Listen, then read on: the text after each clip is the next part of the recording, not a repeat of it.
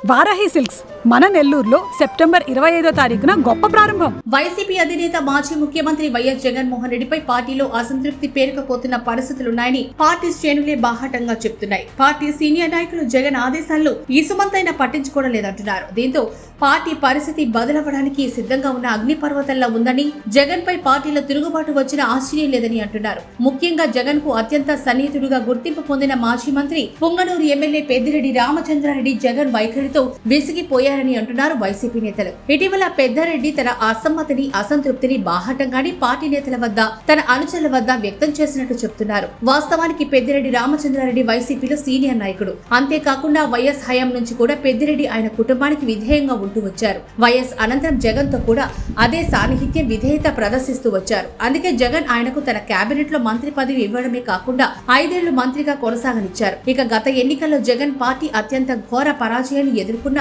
పెద్దారెడ్డి రామచంద్రారెడ్డి పొంగనూరులో తన పట్టు నిలుపుకున్నారు. అలాగే ఆయన కుమారుడు కూడా రాజంపేట నుంచి ఎంపీగా విజయం సాధించారు. ఇంతవరకు బాగానే ఉంది. కానీ ఎప్పుడైతే మద్యం కుంభకోణంలో పెద్దిరెడ్డి రామచంద్రారెడ్డి కుమారుడు రాజంపేట ఎంపీ అయిన మిథున్ రెడ్డి అరెస్ట్ అయ్యారో అప్పటి నుంచి పెద్దిరెడ్డిలో అసహనం మొదలైందని అంటున్నారు. మిథున్ రెడ్డి అరెస్ట్ అయిన తర్వాత ఇంతవరకు జగన్ మిథున్ రెడ్డి ములాఖాతు ద్వారా కలిసి పరామర్శించకపోవడమే ఇందుకు కారణమంటున్నారు. కారణాలేమైనా ఒక్క మిథున్ రెడ్డి అనే కాదు, మద్యం కుంభకోణంలో అరెస్ట్ అయిన ఎవరిని కూడా జగన్ రెడ్డి జైలుకి వెళ్లి పరామర్శించలేదు. ఆ విషయం అలా ఉండగా తాజాగా జగన్ తాడేపల్లి ప్యాలెస్ లో జగన్ పార్టీ ఎమ్మెల్యేలతో భేటీ అయ్యారు. ఈ సందర్భంగా జగన్ పెద్దిరెడ్డికి కీలక బాధ్యత అప్పగించారు. తాను అసెంబ్లీకి హాజరు కాకపోయినా పార్టీ ఎమ్మెల్యేలు సభకు హాజరై పార్టీ వాయిస్ ను గట్టిగా వినిపించాలన్న జగన్ పెద్దిరెడ్డిని ముందుండి పార్టీ సభ్యులను గైడ్ చేయాలని ఆదేశించారు. అయితే పెద్దిరెడ్డి ఆ ఆదేశాలను పాటించలేదు సరికదా, తన వల్ల కాదని ముఖం మీదే కుండ బద్దలు కొట్టేశారు.